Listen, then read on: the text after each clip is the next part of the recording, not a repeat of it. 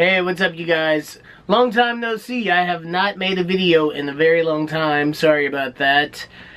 Okay, so today I'm going to be talking about my absolute one of the top 5 favorite things that I just love to talk about, and that is Mexico City. My experience in Mexico City. Oh man, it's just a wonderful city. Mexico City, I moved there when I was 18 years old. It's one of the largest cities in the world, actually. When I moved there, it was like the second largest city in the world at that time, as far as population. I went there to go study. I wanted to learn Spanish. I had been studying Spanish in high school, but the American education system as far as languages isn't so great, generally. So I knew that if I wanted to learn Spanish, I was going to have to live in a Spanish-speaking country. And also, I had went to Mexico before when I was 14 on a mission trip. So I had already fallen in love with Mexico. But I had never really got to hang out in Mexico City because we were in Cordoba when I went on that mission trip when I was 14. So we flew into Mexico City. It was chaotic, but we hopped on the bus and we just went straight to Veracruz, which is a state outside of Mexico City on the coast. Anyway, for years I had always kind of had Mexico City in the back of my head because, like I said, we were only there for like a few minutes. And I just remember it just being super chaotic, and I just kept thinking to myself, what's out there? What's in this big chaotic city? And so in college, I decided, hey, I'm going to go live in Mexico City. And that's what I did, and I ended up staying there for 4 years. And I remember the first day I got there, I got off the plane, and I was 18, I had never lived away from home. And I got off the plane, and I was like, oh shit, what did I do? I was like, oh crap, what did I do? I just really fucked up. Why did I do this? Why didn't I just go to a college in Louisiana? So anyway, but that only lasted for about a day or two. Once I got to the school and I actually met other students, it kind of just went well from there. And I just had a great 4 years. Well, actually, it's a long story, but 2 years. Yeah, so anyway, the people in Mexico City are just some of the friendliest people that you will ever meet. They're my type of people. They're like warm, open. They kind of have like my temperament. They're not bitchy and mean. It's like they have manners and stuff, you know. They're not like Parisians. You can go back and watch my video about Paris if you like. I did not like Parisians that much. Not my type of people. In general, because I found them to be a little bit uptight, neurotic. But anyway, we're not going to talk about Paris. We're talking about Mexico City. Anyway, yeah, the people of Mexico City, very warm, friendly, easing. There you can make friends in like a day. Like everybody's just so nice and so friendly. Another thing is also Mexico City. The culture of Mexico City, the culture of Mexico in general, but specifically Mexico City, is heavily influenced by indigenous culture. Because obviously, well, if you know your history, Mexico City was originally an Aztec city, and the Spanish came in and conquered it.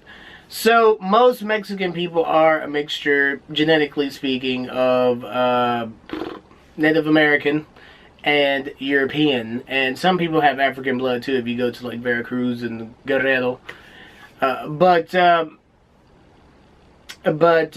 so there's this very strong indigenous influence. So like everybody's kind of like superstitious. Not everybody, but superstition is always in the air. Magic is always in the air. It's kind of like New Orleans.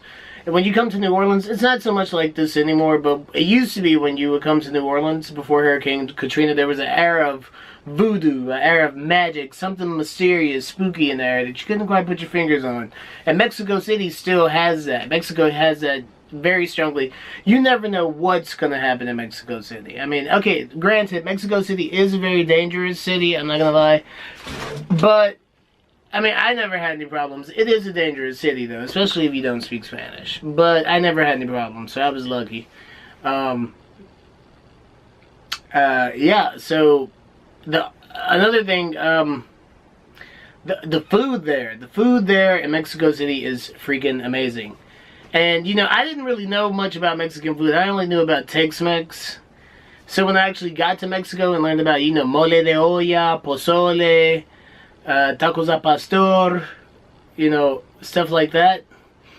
What else? Alhambras, I can't remember what they're called. But anyway, all types of stuff. Quesadilla is like, the food there is so delicious. It's different than the food that you would get in the U.S. Mexican food in the U.S. never tastes the same. Even if Mexican people make it, it still never tastes the same as it does in Mexico City. And I don't know why that is, but it's just the way it is.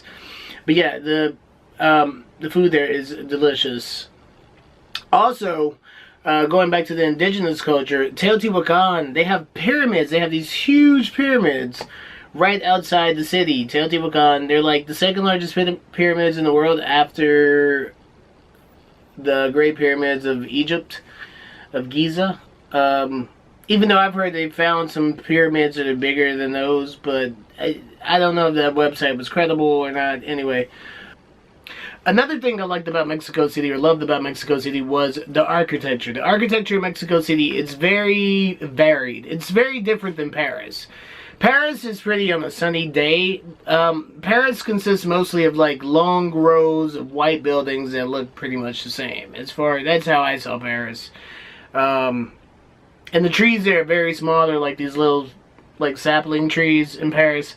Mexico City is very like colorful with different types of architecture. They have some Spanish colonial architecture. They have some Victorian mansions. They have Art Deco. They have modern buildings. It's really a melange of everything in Mexico City. And also, I like that Mexico City's kind of like, Mexico City's got some edge to it. It's a little grimy. It's a little grungy. It's not, you know, a perfectly clean, boring city like Vancouver or something, you know? But I shouldn't say that. I've never been to Vancouver, and I'm probably going to get a lot of hate for that. But, you know, Mexico City's real. It's just got a real grungy, real feel to it. I mean, there's like, it's like modern meets country. I can't explain it, but it's really just a wonderful place. And the weather there is perfect. It's like 75 degrees every day. Now in the summer you get like some rains, some evening rains, but they only last for like 30 minutes and then the sun comes back out. At night, the temperature drops to like 60, 55, 60, so you don't even need an air conditioner. Pretty much nobody has an air conditioner. Because that's all you really need is a fan, and you're good to go. My dream eventually is, hopefully, I want to be able to buy a condo in this really beautiful neighborhood called La Condesa. I lived in La Colonia Roma. La Colonia Roma is like this bohemian neighborhood. It's like the Soho of Mexico City, or the village of Mexico City.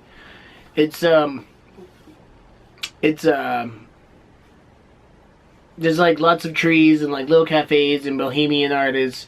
And then there's a neighborhood next to it, which is a little bit more upscale, but still kind of bohemian at the same time. That's where all like the Mexican celebrities live and shit. Well, they also live in Polanco and Bosque de las Lomas, and there's a shit ton of very wealthy Mexican people in Mexico City. People don't know that. People think of Mexico and they think, you know, donkeys and shit. And it's like, no, God, how many times do I have to tell you? Mexico City is a very sophisticated city. There's lots of educated, very educated, well-to-do people in Mexico City. It's very classy, very sophisticated. But there's a lot of poverty too on the outskirts too as well, which is, you know, every place has its bad and its good. But as far as racism and all of that stuff goes, as far as a black person, I didn't really experience really much racism. I experienced more racism in the U.S. Mexican people, they really don't have black people there, so when they see a black person there, they like stare, and some black people might not like that, and I never understood that. I took it as a compliment. I was like, oh, okay, they're interested in me. Oh, they're asking me all these questions about my hair and blah, blah, blah. That never bothered me. Some black people get offended by that, but it's like, how can you be offended? You gotta think, you're going to a country that's homogenous, where most of the people kind of resemble each other. You know, it's not like the U.S. where there's like black people, white people, Asian people, yada yada. It's like Japan or China. It's a little bit more homogenous as far as phenotypes go. So yeah, of course, if they see a black person, you're gonna look like an alien to them, and they're gonna be staring at you. But I didn't mind it. I was just like, okay, cool. Yeah, you want to look at me? I don't mind it. I don't get bothered by it. That type of stuff doesn't bother me. But as far as like racism goes, no, I never had that. I got lots of compliments. I mean, of course, there is definitely racism, but most of the racism there is directed towards the indigenous population, which is kind of ironic because most Mexican people are partially indigenous to some degree, to some extent. I would say the majority of people in Mexico City are hovering pretty close to 50% indigenous European blood. The richer you are, the more white you tend to be. The poorer you are, the more indigenous you tend to be. That's just how it goes, because that's how all the Spanish and French colonies worked. And the British colonies as well. Same in the U.S. And there is definitely colorism. Like, everybody in Mexican TV is pretty much white. Like, if you're indigenous, or you have more indigenous features, it's like you can be the maid, you can be the nanny, but they're not going to put you in a role, like a good, juicy role. You know? It ain't going to happen. Which is unfortunate. That bothered me about Mexico. That's still one thing that I hate about Mexico. But, you know, me being an American and Americans being obsessed with race as we are, I wouldn't shut up about it. But looking back, I'm like, shit. You know, next time when I go back, I'm just gonna observe more, talk less, observe more. I'm learning that in life. Talk less, observe more. I hope I'm making sense. Anyway, guys, it was fun hanging out with you guys today. Please check out Mexico City if you ever get the opportunity. Please go. It's definitely a city not for, if you're like the touristy type who just wants to stay at a resort on the beach, you know. I don't understand the point of coming to Cancun or Cozumel and just staying on a resort. I don't get that concept. You could just go to Florida if you wanted to completely separate yourself from the local population. But Mexico City is not a city like that. Mexico City is like, if you go to Mexico City, you better be ready to speak Spanish. You better know how to get around. And it's not a city that's, you know, for tourists. It's a real living, breathing city. So be prepared for that. And you have to be some people are cut out for that type of traveling, some people aren't. And just remember, go with the flow. Mexico City is a city where you gotta go with the flow, because lots of things are gonna go wrong there, you know. But that's okay. Anyway, I'll see you guys later. Please like and subscribe if you like this video. Well, I'll see you guys later. Have a good night. Bye. Ciao.